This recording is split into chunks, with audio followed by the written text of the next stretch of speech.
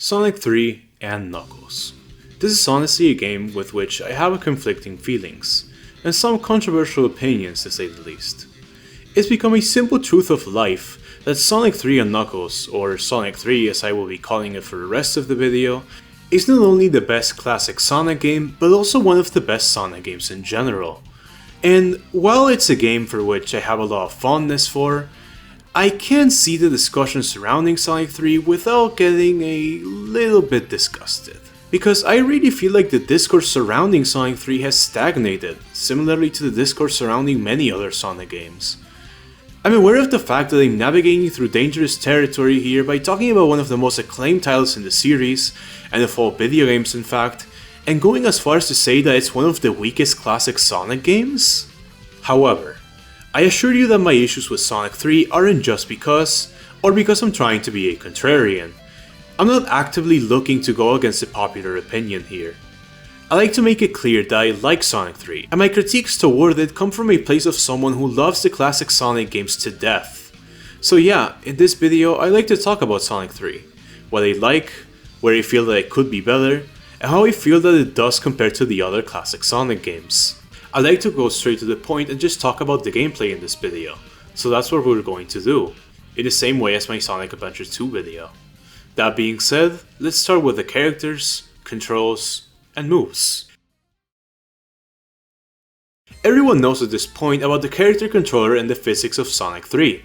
It's a part of what made the classics famous, so I'm not going to get into too much depth about it in this part of the video.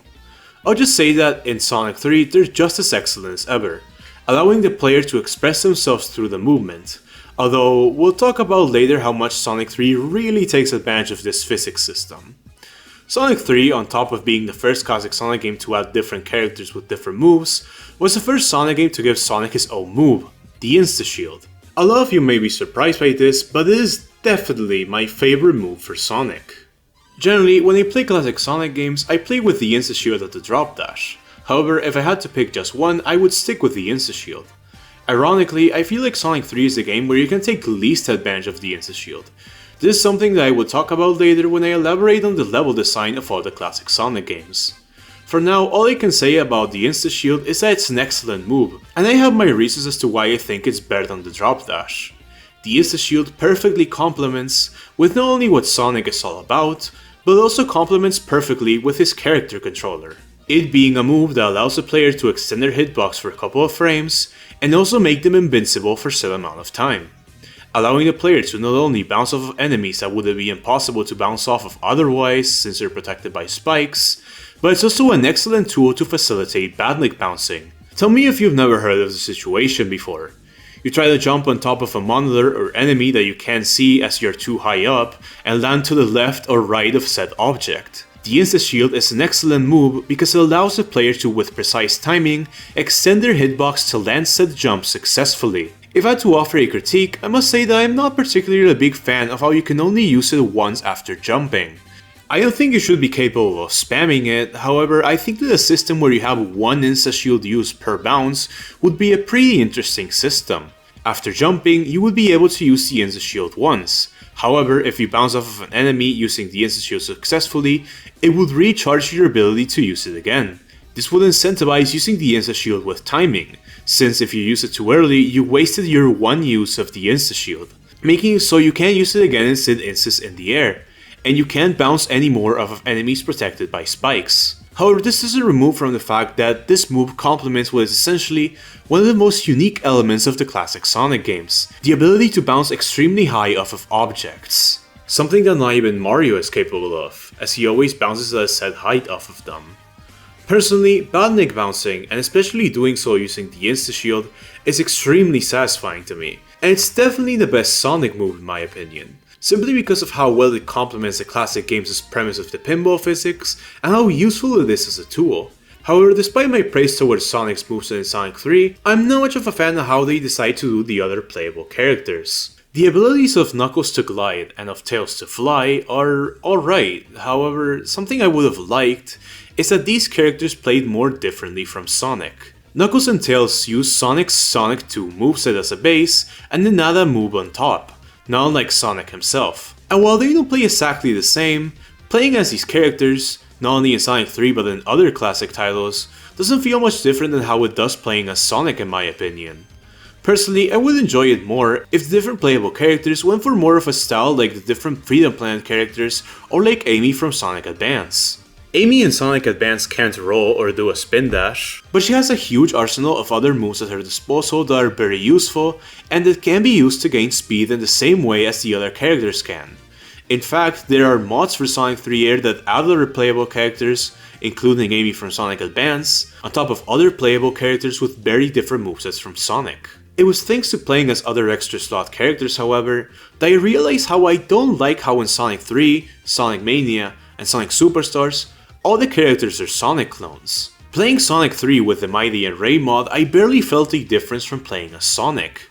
But whenever I started playing with the Amy, Shadow, or Fang mod, then I did feel that the experience was different enough. Going back to Tails and Knuckles, I feel like these two would have benefited from having a move that they could do with a different button.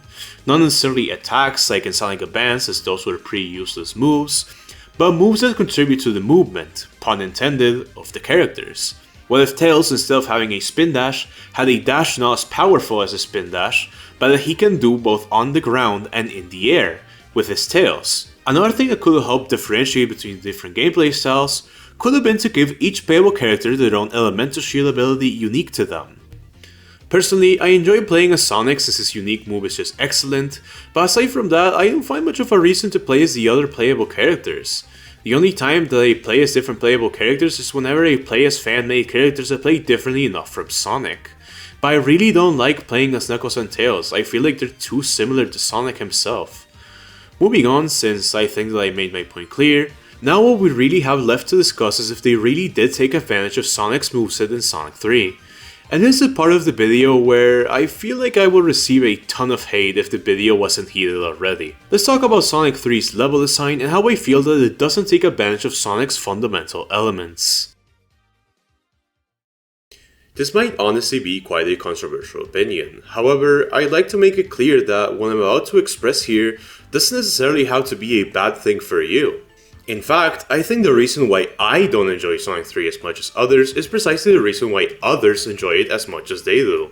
And I like to compare the different level design styles that the classic Sonic games have to clarify my point. So not only can you come to a better understanding as to why you might love Sonic 3, but also why I personally don't enjoy it as much. I'm of the belief that there are three different level design styles for the classic Sonic games: the skate park philosophy, the layered level design philosophy, and finally, the linear level design philosophy. The skate park philosophy is one that can be seen in Sonic CD and is based on the good levels from Sonic 1, Green Hill, Spring Yard, and Starlight. Sonic CD is my favorite Sonic game, with those great levels from Sonic 1, and the reason is because I feel like these levels are the ones that take the most advantage of Sonic's character controller. The skate park philosophy is all about the freedom of the player. It's about letting the player make their own fun with the game, experimenting with the character controller, in the case of CD, finding new creative ways to time travel, Badnik bouncing all over the place. They are levels designed to get the most use out of Sonic's character controller, to allow for experimentation and that the player has fun utilizing the unique elements of classic Sonic games, Badnik bouncing, the pinball physics, etc. The good thing about this philosophy is that it's very versatile. It not only allows for the player to have fun experimenting, but also allows the player to make the most out of the levels, utilizing the mechanics unique from this series, and do incredible shortcuts in Time Attack. Then there's also the philosophy from Sonic 2. This is a level design philosophy that I like a lot as well, the layered level design philosophy. Very famous among Sonic fans and people who don't know what they're talking about. This philosophy, while it doesn't allow for as much experimentation as Sonic CD's or Sonic 1's philosophy, especially because at numerous points in Sonic 2's levels you can't go backwards in the level, it's a philosophy that is still pretty fun in my opinion, still allowing the player to do a lot of Badnik bounces and take advantage of the character controller unique to this series. As you might have noticed, I think Sonic levels are at their best when they fundamentally take advantage of what makes Sonic unique. As many people have said before, Sonic games are like Mario games taken to their logical extreme. However, I haven't seen many people elaborate on this point, so allow me to do so. In the Mario games, you can slide off of inclines like in Mario 3. You can bounce off of enemies to use them as makeshift platforms. Mario 1 in general is a platformer with momentum despite what unreliable YouTubers might have you believe. But in Sonic, they took the concept of platformer with momentum and they took it to its logical extreme. Now you can not only use the enemies as makeshift platforms, you can bounce exponentially higher of enemies and items. You can gain more speed by rolling downhill. You can gain even more speed than that by jumping on an angle off of said hills. Sonic has the physics of a pinball and can bounce off of enemies and objects with great height, and this is what makes Sonic special in my opinion. This last thing I clarify because it's time to talk about the last level design philosophy in the video, and the level design philosophy of Sonic 3, the linear level design philosophy. Now some of you might have heard this just now and might be highly confused. After all, isn't Sonic 3 one of the most open classic Sonic games?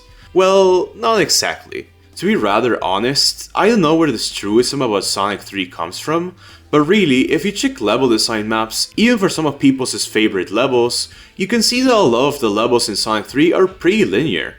What Sonic 3 really has is deviating paths that deviate from the main path and then return to it. But aside from providing you with different content if you replay the level and go through that section, it doesn't provide you as much with that element of freedom and experimenting with the physics. The levels are explicitly designed for you to navigate from point A to point B, and that's it, without much place to experiment with the physics and do cool tricks. Because the levels, on top of being more linear, also aren't built for that.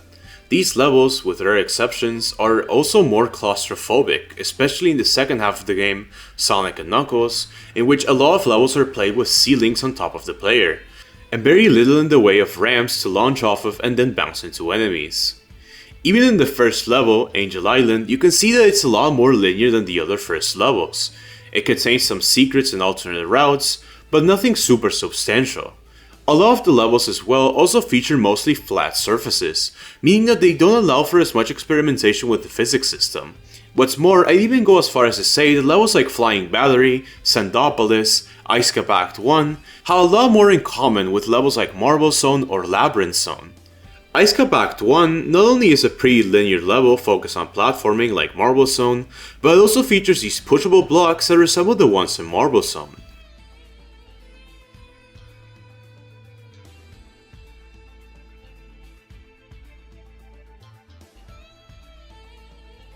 However, something that I realized while making this video is that while they might have a problem with Sonic 3's big linearity, I realized that Sonic 3's more linear level design means that the game is more focused on traditional platforming, and that's the reason why I think that many people love Sonic 3. It's a little bit confusing, but ironically, the reason why I don't like Sonic 3 as much is precisely the reason why people love it as much as they do. It's a more focused, tight, traditional platformer, and with that you lose some of the fundamental elements of classic Sonic, and that's what annoys me. But for the layman that doesn't play hours and hours of each classic Sonic game every day and loves them to death, that was never going to be a problem. I'm personally a much bigger fan of being able to do much more crazy stuff in Sonic CD, Sonic 1 and Sonic 2, but I personally enjoy every once in a while doing a run through of Sonic 3, and even then, what I said doesn't mean that there isn't any place for experimentation, it's just that the game isn't as open as its prequels. However, it's worth mentioning though, whatever is lost in terms of gameplay is absolutely gained in the game's narrative, in the construction of a world. I don't feel at all qualified to touch on this in this video, however I think that it would be unfair to finish it without mentioning that Sonic 3 has one of the most ambitious stories told up to that point. And it constructs an entire world through cutscenes without any dialogue. I still appreciate Sonic 3 for the ambition that it had in constructing a world, and how cool its story was for a 16-bit platformer. It's just that, as you might have seen from my critique, as a game purely on its own merits, it leaves me wanting more. And that's without going into things that I outright hate about the game, like starting a new save file and taking like 20 minutes to get out of Angel Island because Blue Spheres takes way too long to complete and there are 4 giant rings in Angel Island. Blue Spheres is a waste of time and it takes way too long for being a special stage, easily my least favorite of them. In conclusion, do I hate Sonic 3? Not at all, I like it quite a bit, at least with mods, but to be honest, I think it's the weakest of the classic Sonic games. But like I said in this video, the reasons why I think it's the weakest don't have to apply to you. In fact, they can be the reasons why you enjoy the game to begin with. But yeah, those are the reasons why I don't love Sonic 3. Those are the reasons why you love Sonic 3, but I don't. Thanks for watching. Hey, thanks for sticking until the end. Just wanted to say in this last bit of the video, since this was the Spanish video where I originally announced it in, that I have a Patreon, so if you'd like to support my work, that'd be greatly appreciated. There's no special quirks for doing so for now, but I might add some in the future. Alright, that's all. Thanks for watching. If you're interested, my Patreon is in the description.